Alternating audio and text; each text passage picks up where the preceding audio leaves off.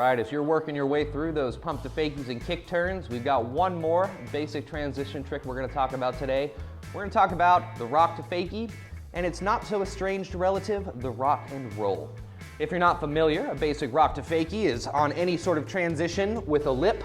Our front wheels are going to go over that coping, and then in the rock to fakie's case, we're going to transition back down backwards, or in the case of a rock and roll, we're going to stall and kick turn back so that we're riding forward. Common problems with the rock to fakie. Probably not surprised to hear me say it. Commitment's going to be the biggest one. No one wants to hang up on coping and drop themselves to flat. What happens is, as we approach the coping and we make it over, we have a couple seconds here to ponder life, our meaningfulness in the world, and whether or not we're going to get back up after a fall like this. All of those thoughts are going to distract you from what you want to be focused on, which is simply transitioning weight up off your nose to allow your wheels to lift up and come safely back into the ramp. Now, it's important to note, bringing those front wheels up is a lot less about putting pressure on your tail and a lot more about releasing pressure from your front foot, or what we call de-weighting. While your foot can maintain contact on the board, you want to remove as much weight as possible, so even if your wheels hit the coping, they're going to roll right over and let you come back down fakie. Rock to fakies can be fun, they can be terrifying, so we're also going to talk about the rock and roll. For those riders out there that feel very confident in their kick turns, this one might be for you. Much like the rock to fakie, as we approach the transition, we're going to de-weight a little on the front, allowing those wheels to bonk over the coping or even lift up. Once we're in our rock position, however, the most crucial thing for your rock and roll, you guessed it, shoulders. We're going to want to pivot our shoulders looking down the ramp, because where we're looking is where we're going to go. If you swing those shoulders all the way around, your feet are sure to follow as you come back in and ride that rock and roll out.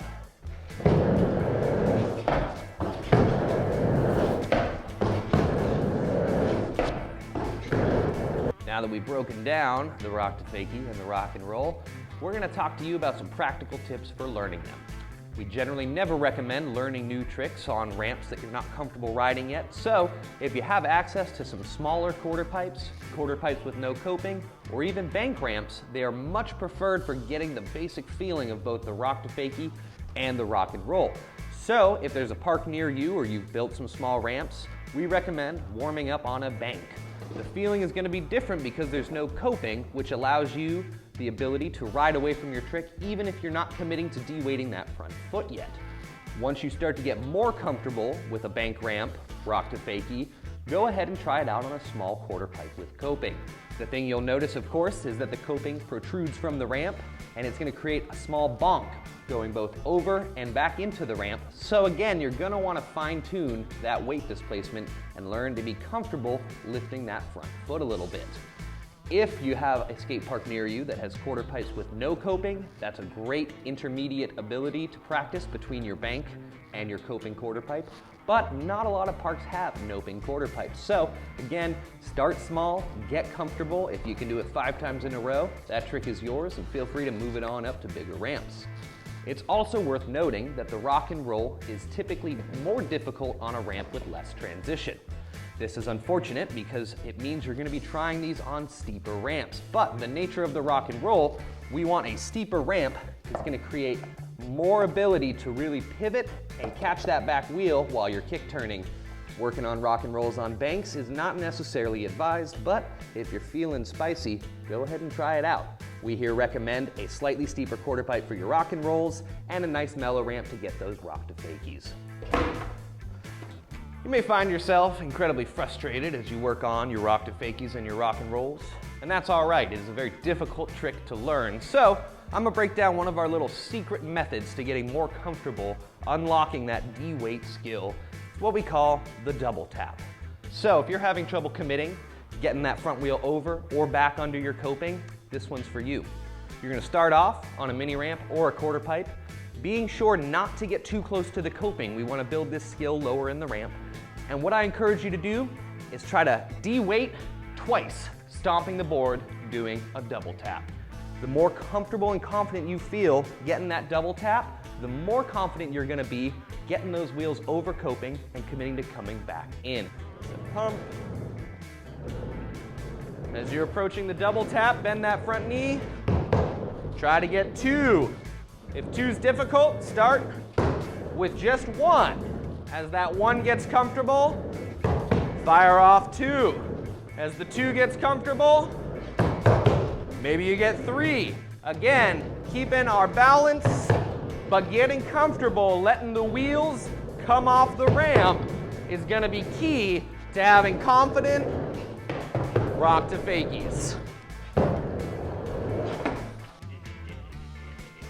Well, let's talk about your new favorite trick, rock to fakies and rock and rolls. I'm sure you've got them down and you're probably wondering, what styly variations can I put into that trick? Lucky for you, Coach has a few of his favorites. So, when you're doing both your rock to fakie or your rock and roll, consider decking it out. That means instead of having the coping at the midpoint of your board, you're sending as much board as you can over the coping. We want your front wheels touching the deck, and we want our back wheels and trucks hugging that coping. Styly, but requires a lot of commitment, so make sure you're ready. Other variations of the rock to fakie or rock and roll include toe up. As you bring that board over the coping, try transferring the weight from the balls of your feet to your heel and point that toe like the sophisticated savant you are.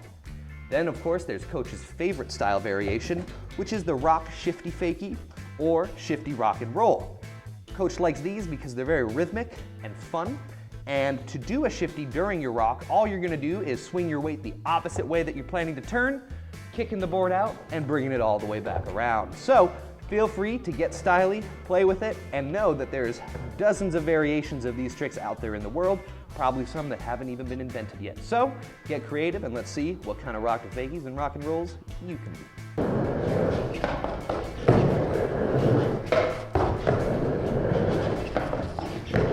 All right, well, hopefully you've got plenty of things to practice now that we've done our basic transition videos. And you know what? For being such a good group of folks, Coach is going to share with you one of his favorite transition tricks, the Bert slide. For those of you who are unaware, this trick was named after a legendary surfer, Larry Bertlemann, and the trick itself consists of getting low to the ground, dropping your hand, and extending the board up over yourself. This trick can be done on flatland, on banks, or Coach's favorite, quarter pipes. So let's take a look now at some front side and backside Berts, and then we'll break it down a little bit for you. So to start our Bert, we want to just get that rhythm of the ramp going. Front foot on the bolts, and we're gonna pump, getting real comfortable. Now, as I approach the ramp, I'm gonna get low, drop my hand, and extend my feet, trying to allow them to come back underneath me. That is the front side Bert. We can do the same thing backside. Common problems with the Bert slide involve committing and in figuring out where and when to transfer your weight. So we're gonna break it down. As you're riding towards the obstacle you want to Bert slide on, you want to first get low to the ground. It's important to note this doesn't mean bending at your waist. No one likes watching this skater, and rarely does he land any tricks. So when we get low, I'm talking about bending our knees, keeping our back straight so that we have a low center of gravity and we can reach towards the ground. As you get closer to the ramp, you're going to want to plant your back hand firmly on the ground. And here's the important part. You have to do the work here. The board's not going to do the trick for you. So the way Coach thinks about it is we're doing a stationary push-up. We want to plant our hand, transfer our weight over it, and we want to push the board out behind us. But of course, with motion, it's going to go up. We're going to pause up there, and we're going to bring that board back under us, standing up gracefully and beautifully.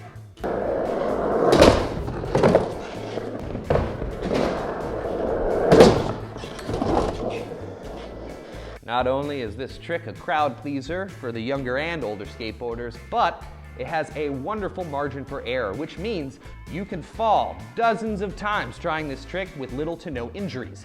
Because to initiate the trick, we're starting so low to the ground, 9 times out of 10, your fall on a Bert slide is going to be you moving about 3 inches onto the ground. So don't be afraid, don't hold back on those Bert slides, start hucking them, and if you're enjoying them, try getting those back wheels over the coping.